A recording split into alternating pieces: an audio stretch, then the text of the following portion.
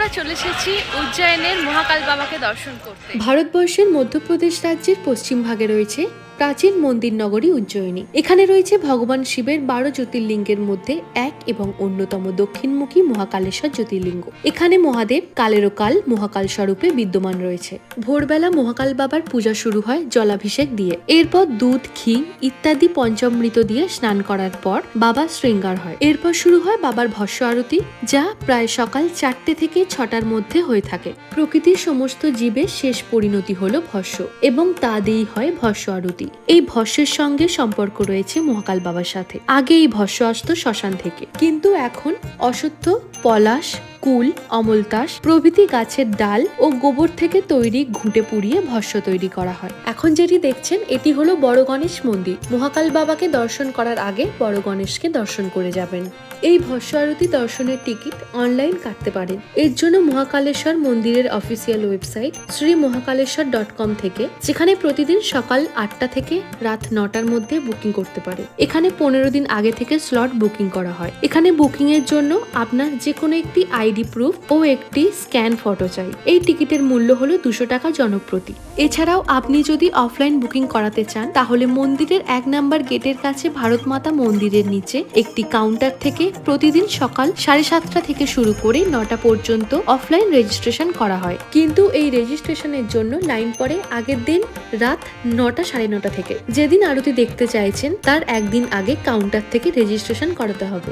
যেদিন ভস্য আরতির টিকিট কনফার্ম পাবেন, সেদিন সকালের আরতি দেখার জন্য আপনাকে লাইন দিতে হবে আগের দিন রাত 9টা 9:30 থেকে। কারণ এক্ষেত্রে যত আগে যেতে পারবেন তত কাছাকাছি নন্দী হলে বসার জায়গা পাবেন।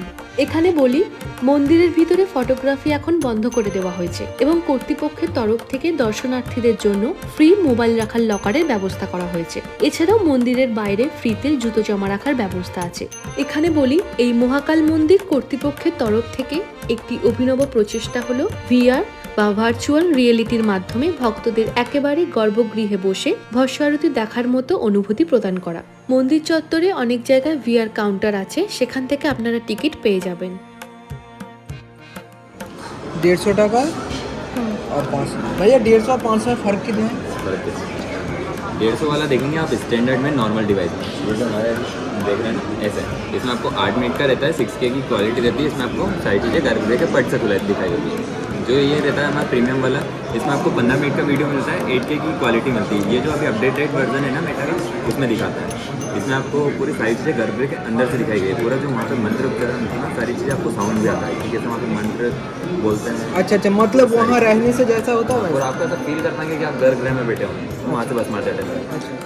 মহাকালেশ্বর মন্দির সকাল 4টে থেকে রাত 9টা পর্যন্ত খোলা থাকে। মূল মন্দিরে বাবাকে দর্শনের 3 ধরনের পদ্ধতি রয়েছে। প্রথমটি হলো ফ্রি দর্শনের লাইনে গিয়ে দর্শন করতে পারেন, যেখানে 1 থেকে 1.5 ঘন্টা সময় লাগতে পারে, ভিড় থাকলে সময়টা বাড়তেও পারে। এরপর হলো 250 টাকা মূল্যের ভিআইপি দর্শন বা শীঘ্র দর্শন, যার টিকিট মহাকাল মন্দির আসার রাস্তায় বড় গণেশ মন্দিরের কাছে কাউন্টার থেকে পেয়ে যাবেন। এক্ষেত্রে 15 থেকে 20 মিনিট সময়ের মধ্যে আপনি মহাকাল জ্যোতির্লিঙ্গ দর্শন করতে পারবেন। কিন্তু জেনারেল লাইনে যেখান থেকে বা যত দূর থেকে দর্শন করতে পারবেন, এক্ষেত্রেও দর্শনটা সেখান থেকেই হবে। অপর আরেকটি ভিআইপি দর্শন হলো গর্ভগৃহ দর্শন, যার মূল্য জনপ্রতি 1000 টাকা ও দুজনে 1500 টাকা। এই দর্শনের লাইনে দাঁড়িয়ে গর্ভগৃহে ঢুকে 5 থেকে 7 মিনিট সময় পেয়ে যাবেন, যার মধ্যে ভালো করে আপনি দর্শন ও পূজন করতে পারবেন। এক্ষেত্রে যে কোনো বয়সের ছেলেদের জন্য ধুতি ও উত্তরীয় পরতে হবে এবং মেয়েদের জন্য শাড়ি হলো আবশ্যক। এখানে শাড়ি কিনতে পাওয়া যায় না, তাই সেটা আপনাকে বাড়ি থেকেই আনতে হবে। ধুতি এখানে বাইরে কিনতে পাবেন ও ভাড়াতেও নিতে পারেন।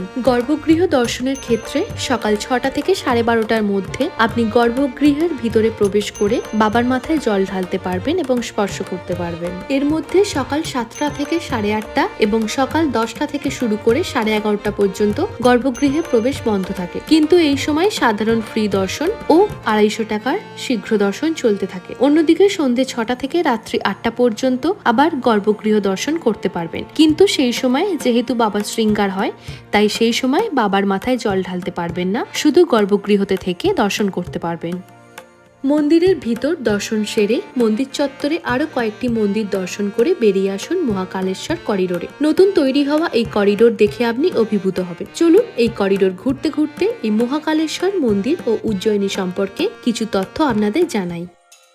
আবহমান কাল থেকে উজ্জয়িনী সনাতনী জৈন বৌদ্ধ ধর্মের মানুষদের আধ্যাত্মিক ও আস্থার কেন্দ্র ছিল। ঐতিহাসিক প্রমাণ থেকে জানা যায় উজ্জয়িনী আনুমানিক খ্রিস্টপূর্ব 600 অব্দ থেকে নিজের অস্তিত্ব ধরে রেখেছে। সেই সময় ভারতবর্ষ 16টি মহাজন পদে বিভক্ত ছিল, যার একটি ছিল অবন্তী, যার উত্তর ভাগে রাজধানী ছিল উজ্জয়িনী ও দক্ষিণ ভাগে রাজধানী ছিল মাহিষ্মতি। সেই সময় উজ্জয়িনীতে রাজত্ব করতেন রাজা চন্ডপ্রদ্যুৎ, যিনি সে সময় রাজপুত্র কুমার সেনাকে দিয়ে মহাকাল মন্দিরে সৌন্দর্য বর্ধন করান।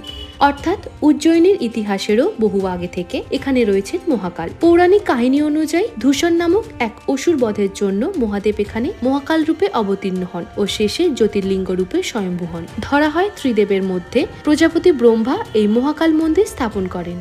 ইতিহাস বলছে খ্রিস্টের জন্মে 273 বছর আগে উজ্জয়িনীতে সম্রাট অশোকের রাজত্ব ছিল, যিনি উজ্জয়িনীর উন্নতিতে উল্লেখযোগ্য ভূমিকা পালন করেন। এরপর খ্রিস্টীয় প্রথম শতাব্দীতে শকদের পরাস্ত করে মালব অধিকার করে উজ্জয়িনীর রাজত্ব ভার নেন রাজা বিক্রমাদিত্য। তিনি উজ্জয়িনীতে 135 বছর রাজত্ব করেন। তার রাজসভায় নবরত্ন মহাকবি কালিদাস তার রচিত মেঘদূত গ্রন্থে উজ্জয়িনীকে এক টুকরো স্বর্গের মতো তুলনা করেছেন। সেই সময় চালু হওয়া বিক্রম সম্বত আজ হিন্দি ক্যালেন্ডার হিসেবে প্রচলিত আছে। এই মন্দির একসময় অনেক বড় আকারে থাকলেও বিশেষত 1235 খ্রিস্টাব্দে ইলতুৎমিশের উজ্জয়িনী আক্রমণকালে বিশেষভাবে ক্ষতিগ্রস্ত হয়। মন্দির ধ্বংস করা হয়, গর্ভগৃহে শিবলিঙ্গ ক্ষতিগ্রস্ত হয়। সেখানে থাকা রাজা বিক্রমাদিত্যের সোনার মূর্তি তুলে নিয়ে যাওয়া হয়। জ্যোতির্লিঙ্গকে উপড়ে শিপ্রার জলে ফেলা হয়, যা পরে আবার যথাস্থানে স্থাপন করা হয়। এরপর 18 শতকে মারাঠা সিন্ধিয়ারা পর্যায়ক্রমিক যুদ্ধ বিধ্বস্ত উজ্জয়িনীকে নতুন রূপ দেন। আজ আমরা গোটা উজ্জয়িনীতে যা মন্দির দেখি তার প্রায় সবগুলোই এই সিন্ধিয়াদের রাজত্বে তৈরি করা হয়েছে বা পুনঃসংস্কার ঘটেছে। 12 জ্যোতির্লিঙ্গের মধ্যে একটি স্বয়ং মহাকালেশ্বর এখানে বিদ্যমান, তাই এই স্থানকে পৃথিবীর নাভিমণ্ডল বা কেন্দ্রবিন্দু ধরা হয়। এই মন্দিরের চূড়ার উপর দিয়ে কর্কটক্রান্তি রেখা চলে গিয়েছে, তাই প্রাচীনকাল থেকে এই স্থান জ্যোতির্বিদ্যা ও কাল গণনার পীঠস্থান। একসময় বিক্রমাদিত্যের রাজসভায় প্রায় 16 জন জ্যোতির্বিদ ছিলেন গণনাকার হিসেবে। বর্তমান সময় আন্তর্জাতিক তারিখ ও সময় গণনার জন্য গ্রিনিচ মানমন্দিরে যে স্থিতি আছে, সেই সময় সেই স্থান উজ্জয়িনীর ছিল। উজ্জয়িনীতে এসে কোনো নেতা, মন্ত্রী, প্রশাসনিক ব্যক্তিরা রাত্রিযাপন করতে পারেন না। স্থানীয় কিংবদন্তি যে এই রকম সর্বোচ্চ ব্যক্তিত্ব কেউ উজ্জয়িনীতে রাত্রিবাস করলে তার সেই ক্ষমতা তার হাত থেকে চলে যায়। আবার এও কথিত আছে উজ্জয়িনীতে কেউ কোনোদিন কোনো অনৈতিক কাজ বেশি দিন চালাতে পারে না, কারণ এখানকার সর্বের সর্বা হলেন মহাকাল স্বয়ং। তিনি সবাইকে রক্ষা করেন ও তিনি সবার উপরে রয়েছেন।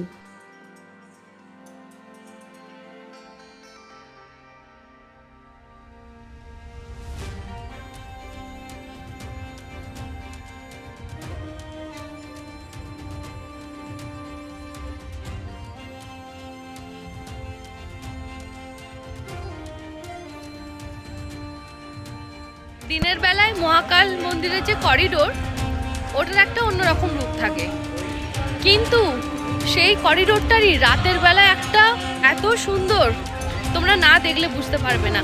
তো মহাকাল মন্দিরের করিডোরটা এতটাই বড় যে পায়ে হেঁটে অনেকেরই ঘুরতে অসুবিধা হয়। তো সেই জন্য এখানে মন্দিরের তরফ থেকে ব্যাটারি গাড়ি, মানে যেরকম আমরা যেগুলোকে টোটো বলে থাকি, তার ব্যবস্থা করা হয়েছে, যেটা ফ্রি অফ কস্ট মন্দির থেকেই তোমাদের নর্মালি নিয়ে যাবে আবার নিয়ে আসবে। তো তোমরা যদি পায়ে হেঁটে ঘুরতে, করিডোরটা তোমরা পায়ে হেঁটে ঘুরতে যদি তোমাদের যদি কষ্ট হয়, তাহলে তোমরা সেটার ব্যবস্থা মানে সেটাতে করে যেতে পারো। কিন্তু আমি সাজেস্ট করব তোমরা যদি একটু কষ্ট করে করিডোরটা যদি পায়ে হেঁটে যাও, তাহলে এর থেকে ভালো কিছু হয় না। কারণ টোটো করে গেলে নর্মালি তোমাকে চাপাতে চাপাতে নিয়ে চলে যাবে, বাট যদি পায়ে হেঁটে যাও তোমরা প্রত্যেকটা জিনিস জায়গায় দাঁড়িয়ে সুন্দর করে দেখে সেটা অনুভব করতে পারবে। তো মহাকাল মন্দির এলে মহাকাল মন্দিরের করিডোরটা তোমরা কিন্তু রাতের বেলা একবার হলেও ঘুরে যেও, অপূর্ব সুন্দর লাগে।